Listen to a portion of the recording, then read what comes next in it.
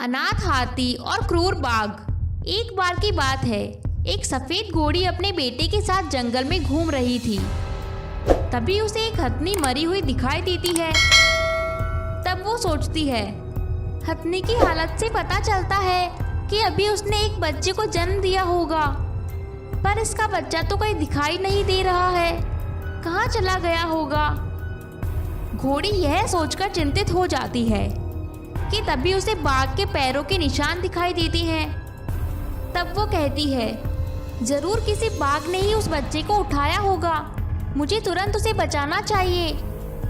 घोड़ी अपने बच्चे के साथ निशान का पीछा करते हुए बाघ के पास पहुंच गई।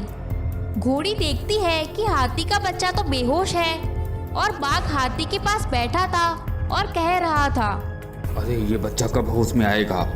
क्या ऐसे ही खाऊं या इंतजार करूं इसके होश में आने का? तभी घोड़ी कहती है, बाघ तुम्हें तो किसी पर दया भी नहीं आती। अभी अभी बच्चे को जन्म देकर इसकी माँ मर गई और अब तुम इसे भी दुनिया से दूर करना चाहते हो। शायद कहीं तुमने तो नहीं मारा हथनी को। बंद कर अपनी बकवास। वैसे भी मुझे तुझसे बकवास सुनने में कोई दिलचस्पी नहीं है। मैं तो बस हाथी को खाकर अपनी भूख मिटाना चाहता हूँ। बाघ घोड़ी की एक भी नहीं सुनता है और हाथी पर वार करने जाता है, पर तभी सफेद घोड़ी उसे पीछे से लात मारती है, जिससे वो दूर गिर जाता है। घोड़ी बार बार उसे एक बॉल की तरह लात मार रही थी, जिस कारण बाघ का सिर तो घूमने ही लगा था और वो बेहोश होकर गिर जाता है। तब घोड़ी हाथी को दूध पिलाने लगती है। दूध पीते ही हाथी होश में आ जाता है। मैं कहाँ हूँ? मेरी माँ कहाँ है? माँ माँ माँ। रो मत मेरे बेटे, चलो पहले यहाँ से निकलते हैं। घोड़ी हाथी को अपने साथ घर ले आती है। घोड़ी हाथी को सारी बात समझाती है। तब हाथी रोने लगता है और कहता है, मेरी माँ इस दुनिया में नहीं है तो मेरा जीने का क्या मतलब? मैं किसके लिए जीऊँ? मेरा तो कोई नहीं है इस दुनिया में। तब सफेद घोड़ी का बेटा हाथी के पास जाकर कहता है, अरे हाथी, ऐसे रोती नहीं। तुम कैसे कह सकते हो कि तुम्हारा इस दुनिया में कोई नहीं है?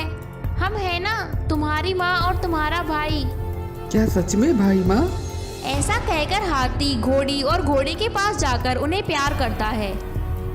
उस दिन से वो तीनों एक साथ मिलजुल कर रहने लगते हैं। हाथी भी अब घोड़ी को ही अपनी माँ समझकर उसे ही माँ कहने लगता है। ऐसे ही कुछ दिन गुजर जाते हैं। एक दिन बाघ अपने बच्चे के साथ जंगल में शिकार की तलाश में घूम रहा था। तभी उसे वो तीनों दिखाई देते हैं। तो वो कहता है, इस घोड़ी ने हाथी को बचाकर काफ़ी गलत किया है। उसे देखो तो तीनों कैसे खुश दिख रहे हैं, पर मैं इनकी खुशी ज़्यादा देर तक नहीं रहने दूंगा। मैं इन दोनों तीनों पर आज ही हमला करता हूँ। ऐसा सोचकर बाघ और उसका बच्चा सफेद घोड़ी पर हमला करने जाते हैं, पर हाथी और घोड़ा उसके बीच आते हैं। वो दोनों उसे अपनी माँ पर हमला करने से रोकते हैं।